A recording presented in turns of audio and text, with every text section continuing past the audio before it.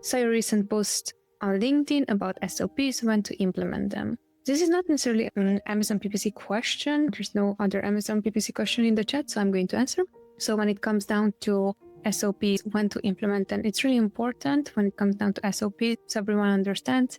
SOPs you would be implementing the moment that you want to make things structured and systemized. It is a procedure that everyone should be following when they are doing XYZ tasks. Imagine that it is a recipe that you want anyone to follow. Now, SOPs, sometimes I'm also creating SOPs even for myself to follow step-by-step the process on how to do XYZ stuff. For this stream, I'm using an SOP and a checklist. It's a step-by-step process on which are the things that I should be doing. I have a task added to it, and that is my way of keeping myself in track. Whenever I am going to schedule out these events, I have a process to ensure that today, Tuesday, whenever I'm on live calls, the same day I'm also going to schedule the next call, because I like to have the option of knowing exactly like a week ahead. I can see clearly, maybe 2 weeks ahead, 3 weeks ahead, I cannot. So then I know for sure after this live call, I'm going to schedule out my next event. So that is the first step. The second step, it is again here when it comes down to the SOP section. And actually this is more a checklist than an SOP section. Now that I know that I'm going to schedule this out, next thing, since this is on Tuesday,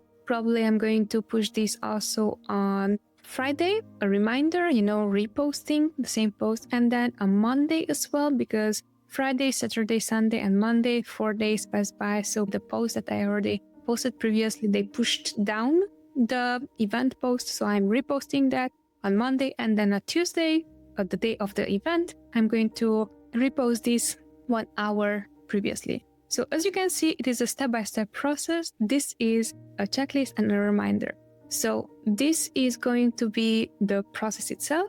Now then the steps itself, the SOPs that you were asking about, is what I have for myself is what are the step-by-step processes. So I'm going to log into StreamYard first off. Then I'm going to add myself to the stage. Then I'm going to ensure that everything on my end, all the backend links are properly set up. This is going to be streamed on LinkedIn and also YouTube. Then I'm going to go through the questions that are submitted. Then I'm going to go through the backup questions from people who wanted to ask these questions, but I did not have time to answer during the call. This is basically the process and something that can be created into an SOP. So that's why I was saying that when to implement an SOP, it's really up to you. How organized do you want to stay?